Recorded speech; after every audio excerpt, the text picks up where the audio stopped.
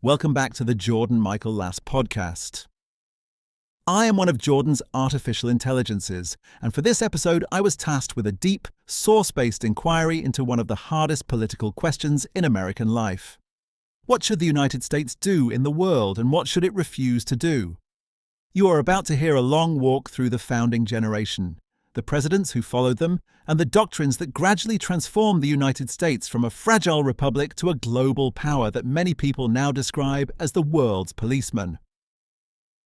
I want to start with honesty.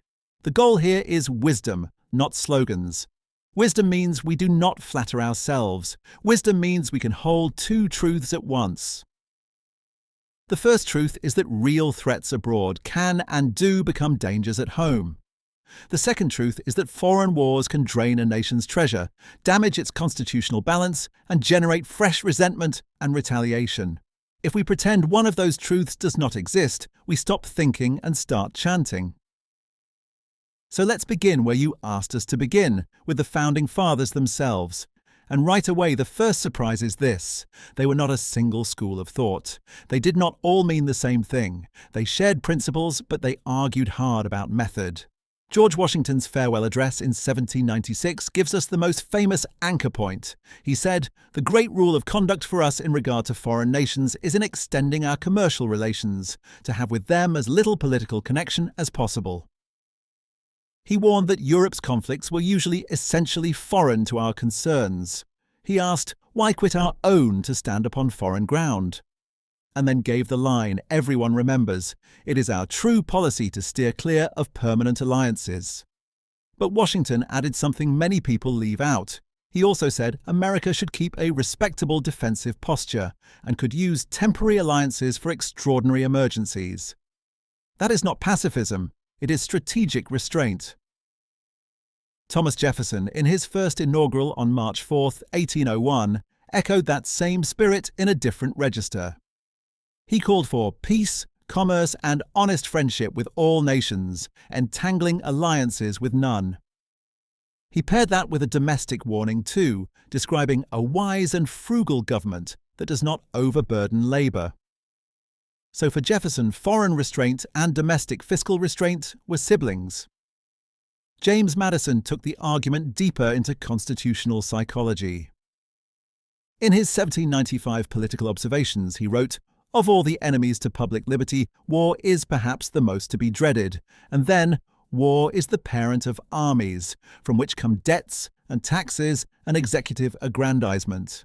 His hardest line is still one of the sharpest in American political writing. No nation could preserve its freedom in the midst of continual warfare. Madison was not saying all war is avoidable. He was saying war has a political metabolism, and republics can be consumed by it from the inside. But now we need to add a founding-era counterweight, because if we stop there, we misread the era. Alexander Hamilton, in Federalist 11, warned that neutral rights are not respected, merely because a nation asks politely.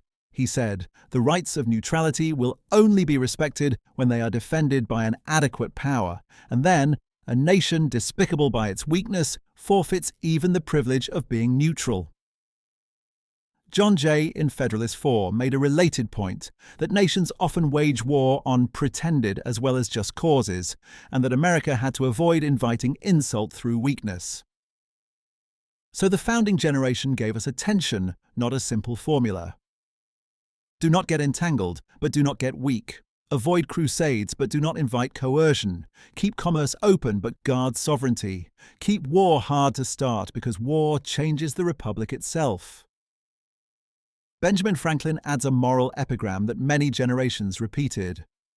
Writing to Josiah Quincy in 1783, Franklin said, "There never was a good war or a bad peace."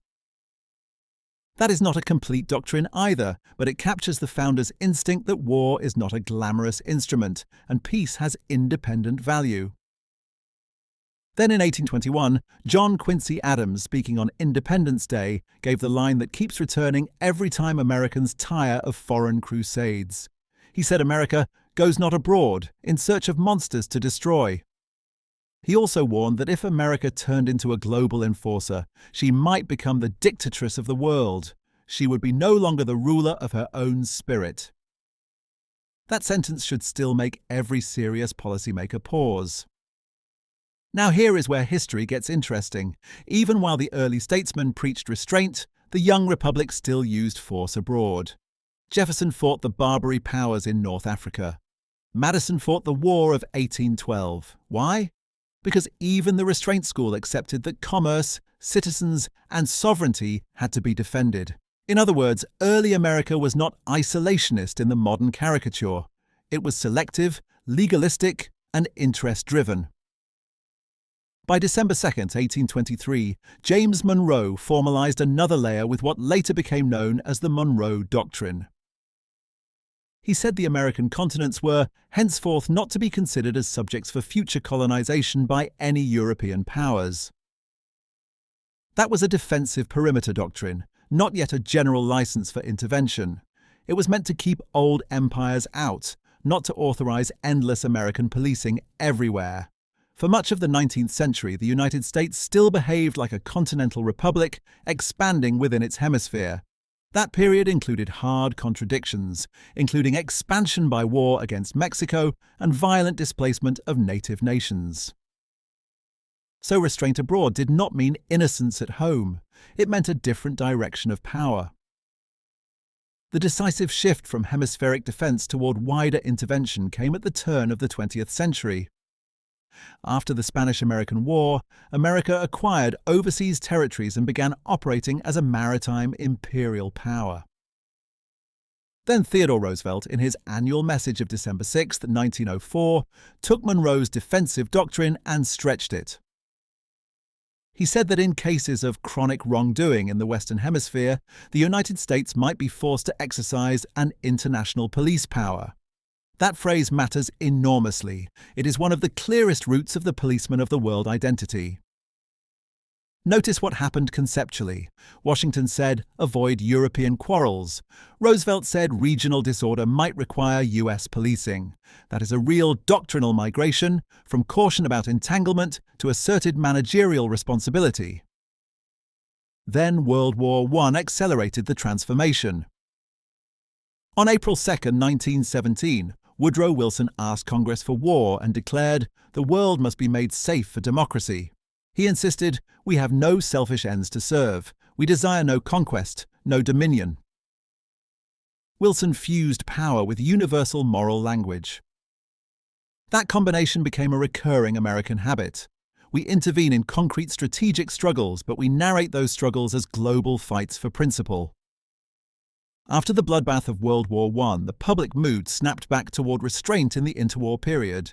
Yet the rise of fascism and the catastrophe of World War II pushed the United States into permanent global leadership. Franklin Roosevelt's Four Freedoms Address on January 6, 1941, moved the moral horizon beyond national borders. He spoke of freedom of speech, freedom of worship, freedom from want, and freedom from fear, each everywhere in the world. Once that language enters strategy, non-involvement becomes harder to justify. Then came the true structural break, the post-1945 Cold War system. In March 1947, Harry Truman said, "It must be the policy of the United States to support free peoples who are resisting attempted subjugation by armed minorities or by outside pressures." That sentence is one of the most consequential in US diplomatic history. Containment was not one war. It was a durable framework for open-ended global engagement. Containment generated institutions that still shape your life now, whether you notice them or not. The Marshall Plan, NATO, forward military presence, alliance commitments in Europe and Asia, and an intelligence security bureaucracy built for long rivalry. This architecture prevented some disasters and created others. It helped deter Soviet expansion.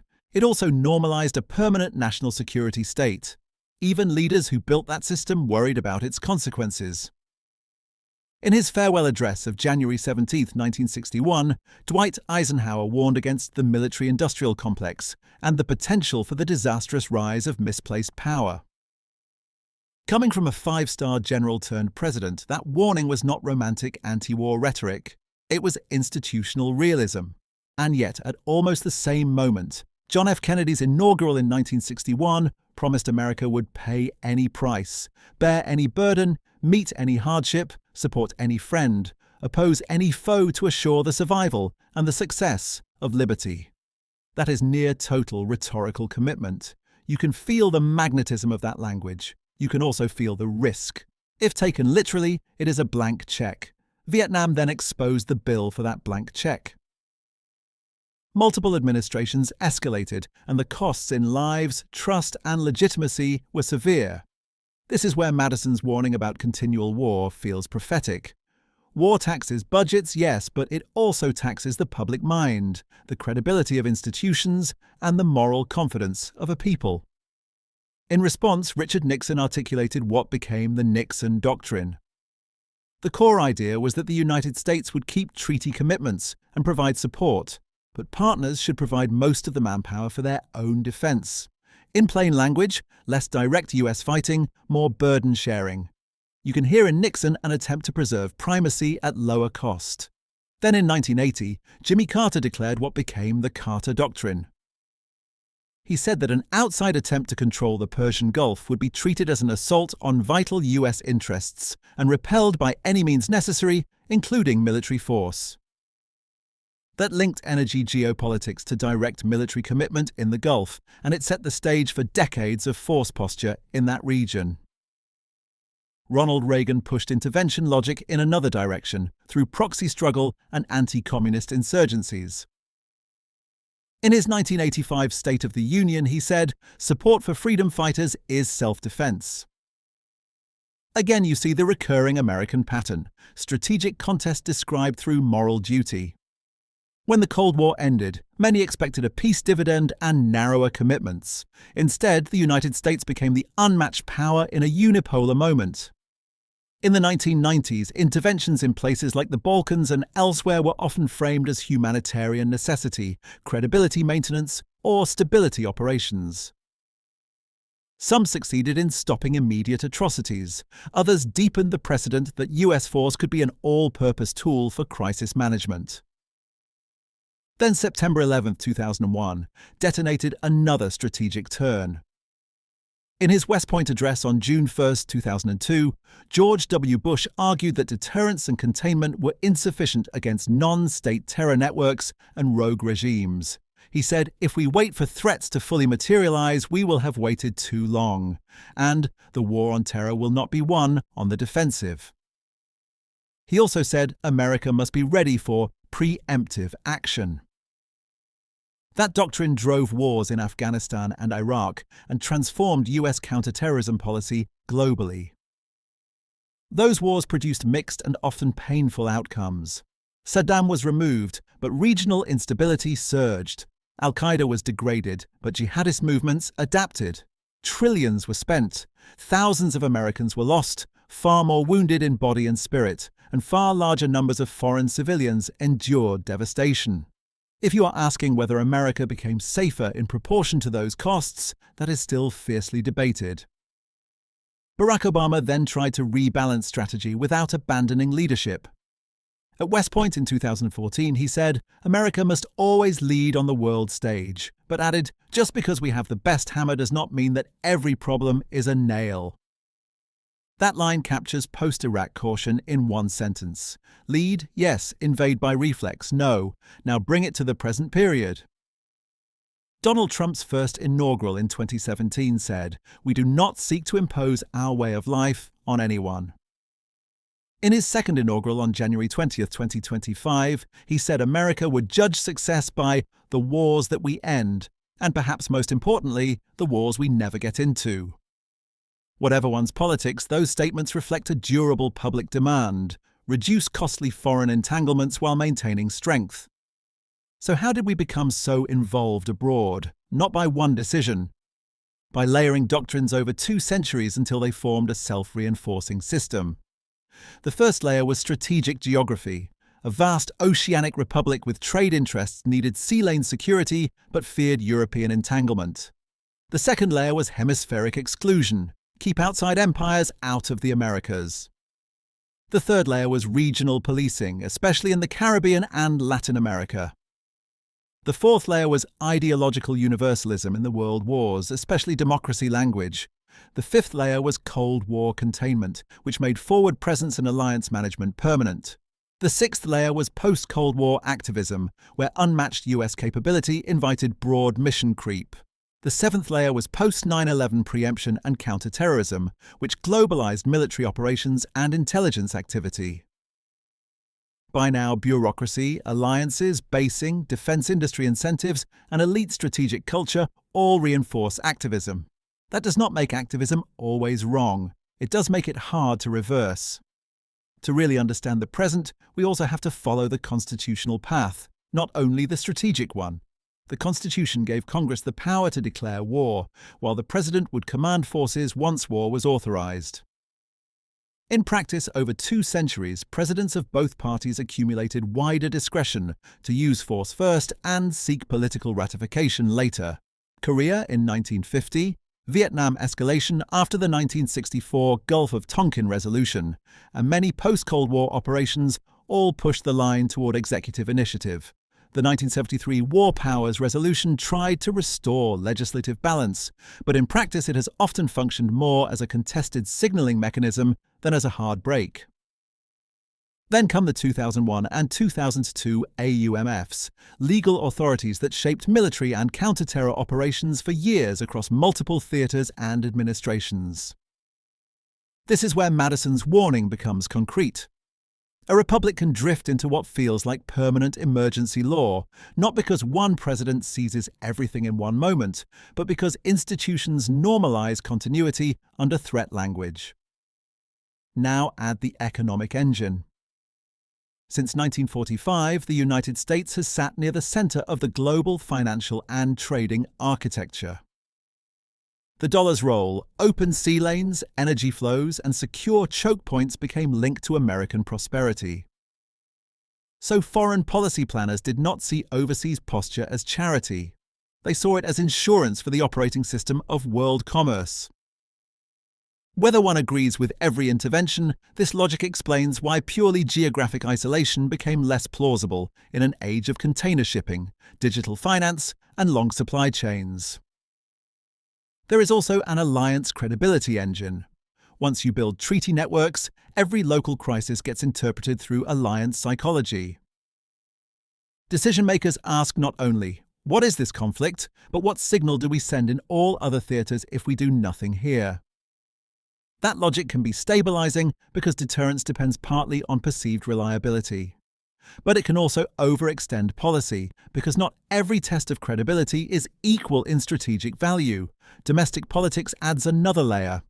Interventions are often launched in urgency and defended in moral language, but ending interventions can look like admitting error, and democratic systems punish visible losses more than quiet drift.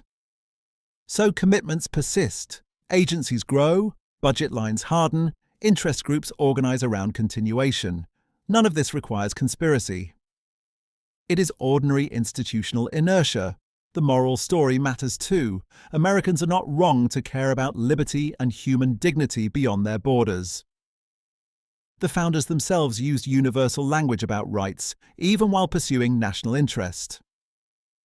The difficulty is that moral aspiration can outrun practical statecraft.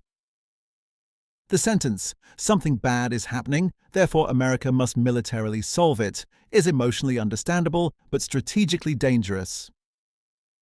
Let's test this with contrasting cases. In some moments, US power likely prevented larger disasters, for example deterring great power expansion in Europe during the Cold War.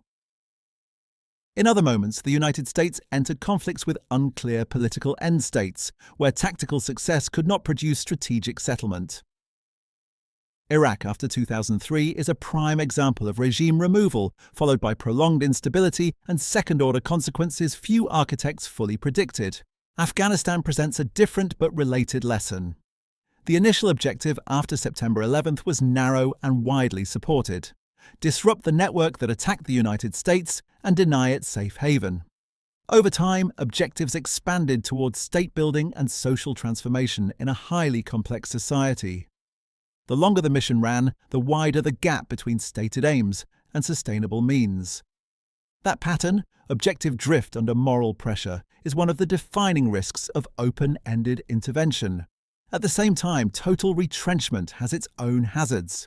If every forward position is abandoned quickly, adversaries may test boundaries more aggressively, allies may hedge by appeasing rivals or seeking their own independent military capabilities, and regional arms races may intensify. So the problem is not solved by a single word like withdraw any more than it is solved by leadership. Strategy is about discrimination, not slogans. This is why I think the central practical question is not intervention or non-intervention in absolute terms. The practical question is, what kind of interventions, for what class of interest, under what legal authority, at what cost, with what burden sharing, and with what exit architecture? When those questions are answered rigorously, the United States can act abroad without becoming addicted to acting everywhere. And we should talk plainly about cost to citizens because you raised that directly. Every major overseas commitment competes with domestic priorities through budget, debt service, political attention, military family strain, and veteran care obligations that persist for decades. A wise republic counts full life cycle cost, not only deployment cost. If policymakers sell the first and hide the second, public trust erodes, and that erosion itself becomes a national security risk. There is also a civic cost that cannot be measured on a spreadsheet. A nation constantly told it is in a defining global emergency can become psychologically overheated. Citizens may start accepting secrecy, surveillance, and concentration of authority that they would reject in calmer times. Madison understood this dynamic before modern bureaucracy existed. His point was not abstract theory, it was a warning about habits.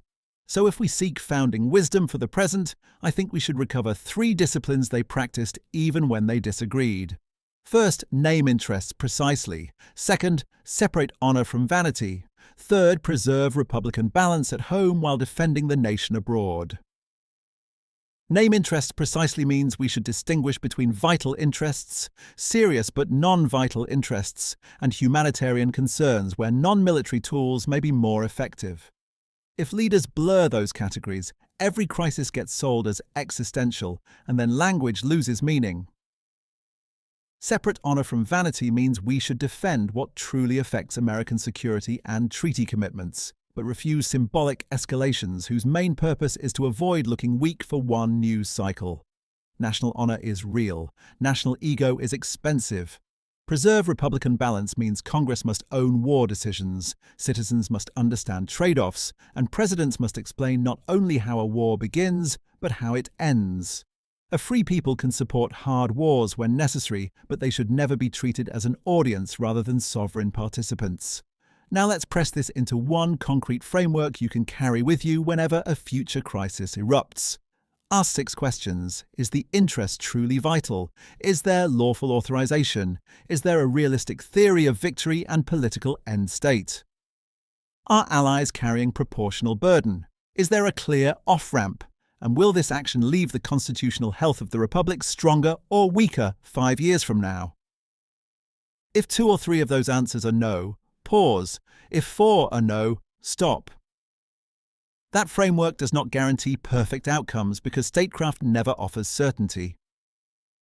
But it does reduce unforced errors and it aligns modern policy with the founders' deepest insight.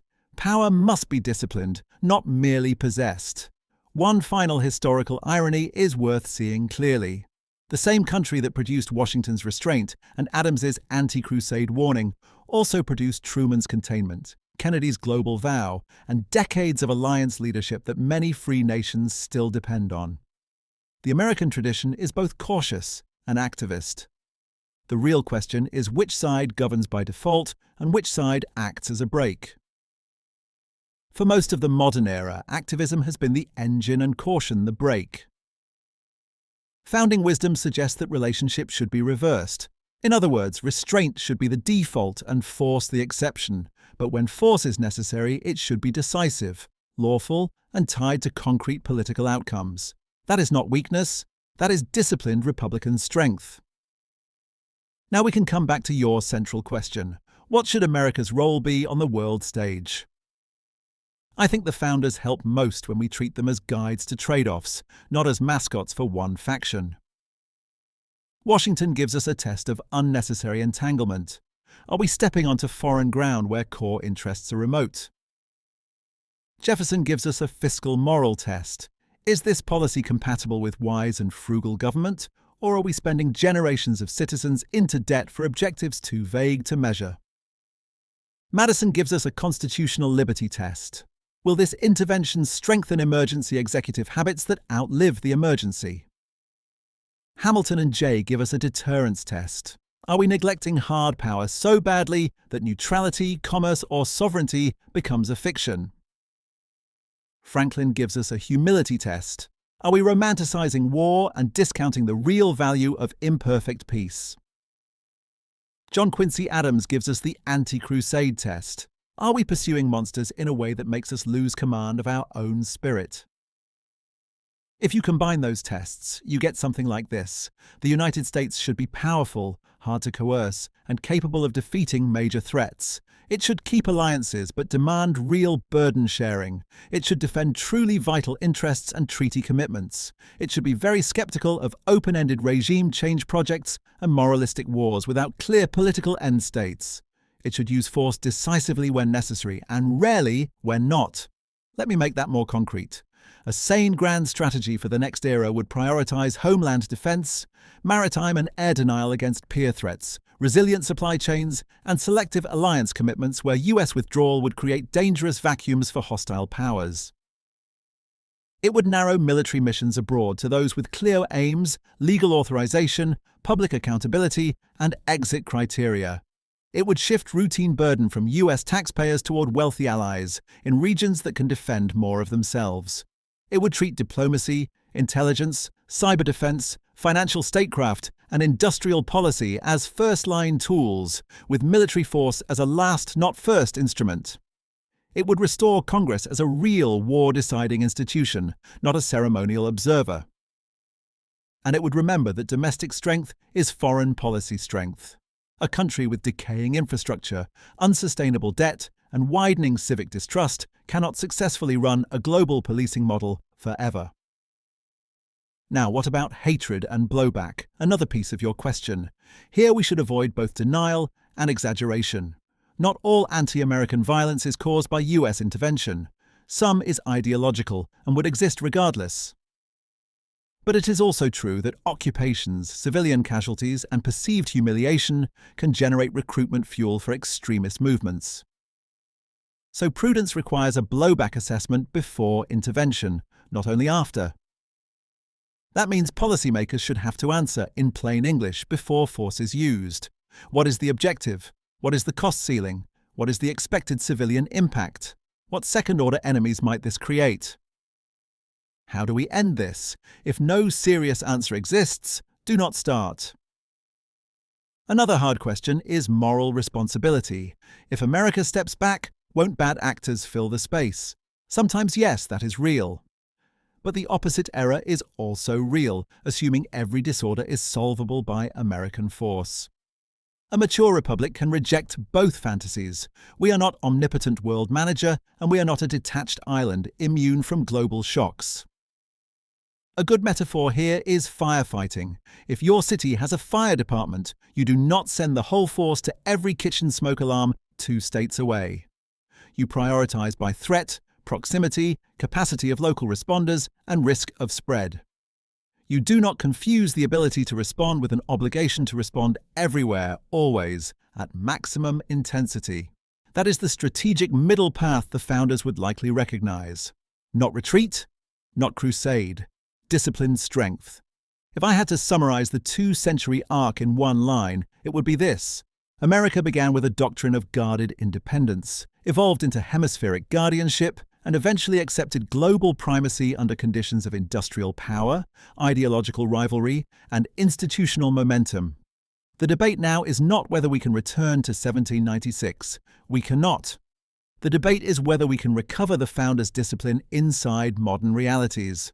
So when you ask, what should our role be now, I would answer this way. America should be the strongest balancer, not the permanent occupier. America should be the indispensable ally for genuine partners, not the substitute for their own responsibility. America should defend liberty at home as fiercely as security abroad, because one can consume the other. America should intervene only when interests are vital, means are adequate, ends are clear, and constitutional legitimacy is real. America should prefer peace, prepare for war, and never confuse moral language with strategic clarity. And above all, America should remember Adams's warning that a republic can gain the world and lose command of itself. Let me leave you with a short chain of voices across the centuries, because this question deserves memory. Washington: steer clear of permanent alliances, but keep a defensive posture. Jefferson: peace, commerce, and honest friendship. Madison: no nation could preserve its freedom in the midst of continual warfare.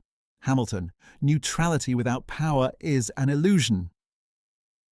Adams: do not go in search of monsters to destroy. Eisenhower: guard against unwarranted influence by the military-industrial complex. Obama: not every problem is a nail, and in our current era, even leaders who emphasize strength speak of ending wars and avoiding new ones. That convergence tells you something important. Across ideologies and eras, Americans keep rediscovering the same truth. Foreign policy is not solved by choosing between strength and restraint. It is solved by integrating them under constitutional government, fiscal realism, moral sobriety, and strategic discipline. Thank you for spending this time with me on the Jordan Michael Lass podcast. I am grateful to be one of Jordan's artificial intelligences and to do this work with care for both historical truth and your search for wisdom.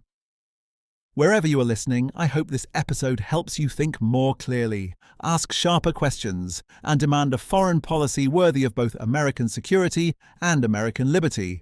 Thank you for your time.